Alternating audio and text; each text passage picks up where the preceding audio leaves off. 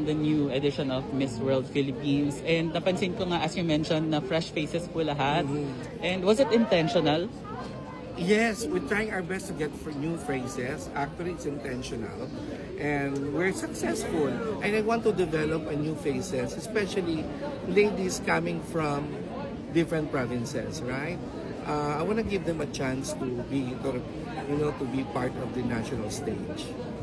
Sir, this time parang 24 candidates, 20 around? Yes, because there are some candidates that's supposed to be, those are candidates who are franchise. That's supposed to be 30, and 6 or 8 franchise holders failed to send their candidates, especially in the, marami doon, half of it is international, and some of them are from the other provinces.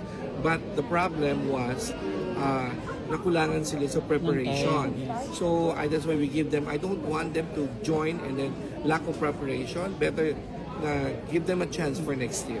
Sir, you mentioned na meron din from other countries. Parang paano po napunta sa decision na i-open po yung Filipino communities abroad? To be honest, it's the Filipino community abroad are the one talagang calling us and they want to support your organization. And look at that. Ang dami ding from the dadagdag pa yan for next year. Kasi nga we're still trying to give chance naman the other